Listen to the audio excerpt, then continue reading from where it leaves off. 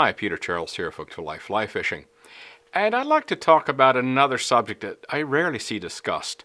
And that is the idea that fish don't see our flies the way we see them when they're on the vise.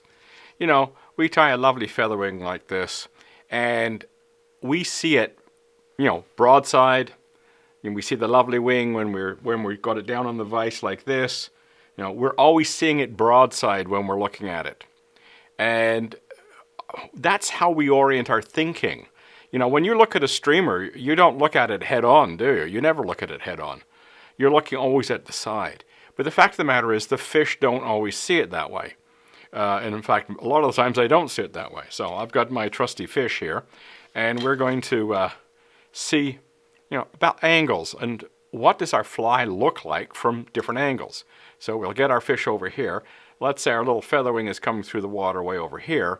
Now, there's a bit of a depth difference between the fish and the fly, but if the water's clear, the fish has no trouble seeing our featherwing from the side, so he sees it like that. So that's not a problem. He's going to see that profile pretty well. But let's say the fish is more in this position, relationship to the fly, and let's say the water is not very clear, so the fish is picking up a lot closer. It's seeing the fly like this. Okay? Just a little bit of an angle.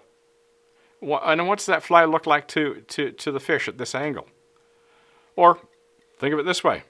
The fly is coming at the fish at this angle. It shouldn't. That's not the best presentation.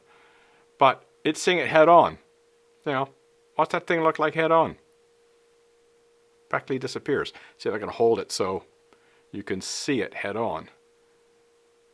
There's nothing to it. So same thing with the tail on position. There we go. Very little. So the fish is seeing it from the tail on position.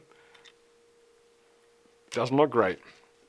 That's why I like to use flies with marabou in it, because this is dry. Obviously it's not going to look the same, but it fluffs up in the current, and it provides a nice profile. So not only does it show a profile here, it shows us a wide profile in this position, or this position, or this position.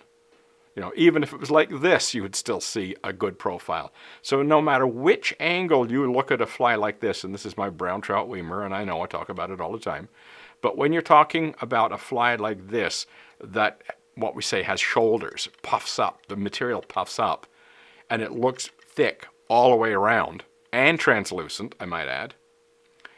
So a fish seeing this from any angle is going to see something that looks like a bait fish. Whereas you're dealing with a fly like this, and keep in mind this is built for lakes, and very clear water lakes and clear water rivers in Maine. This is where a lot of these flies came from. And I talked about in another video is that the fact we have flies that were built for one river and we're using on something totally different. And we don't get as good a results as the fly would get if it was used on its original home river or home lake. So in clear water, the fish are seeing it from quite a distance. They're seeing that broadside presentation. Even if it's slightly angled, they're still seeing a nice big profile. But if you're fishing rivers with grungy conditions or very turbulent conditions, where the fish don't see the fly, don't see the fly, don't see the fly, sees the fly because they're behind a rock, you've got to think about what it looks like from below. What's that fly look like to the fish at this angle? When it's over their heads and they're looking up and they're seeing that as opposed to that, where they can see a much fatter looking profile, more of a bait fish profile. So yeah, flies like this look wonderful from the side, but what do they look like from the fish's point of view? And that's really the idea, is we have to really think about our streamers from the point of view of the fish, not from the point of view of us when the fly is on the vise.